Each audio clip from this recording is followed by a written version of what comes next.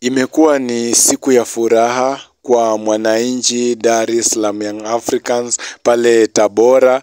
Yanga ameshinda mechi yake ya leo kwa magoli 3-0 dhidi ya timu ya Tabora, na Yanga amelipisha tu kisasi ambacho alifanywa na Tabora. Mkondo wa kwanza alipigwa chuma 3-1, leo hii amempiga chuma 3-0.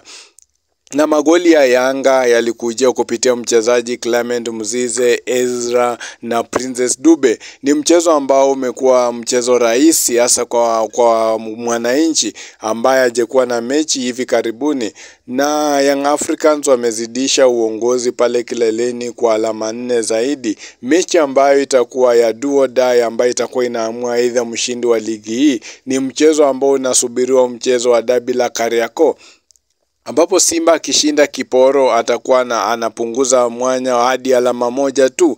Mechi ambayo itakuwa match determined ni Yanga na Simba, ambayo kila mmoja anasema ndio mechi ambayo atakayeshinda huo mchezo ndiye atakayeshinda ligi.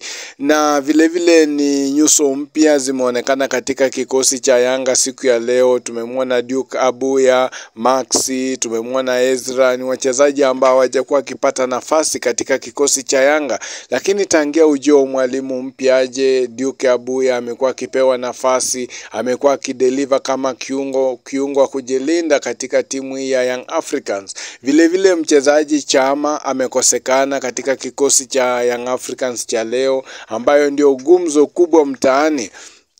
Hapo mwanzo kila mtu alikuwa anatarajia Chama kufanya makubwa kama alivyofanya akiwa pale Simba, lakini huenda ni kama mambo yake pale Young Africans yamekwisha.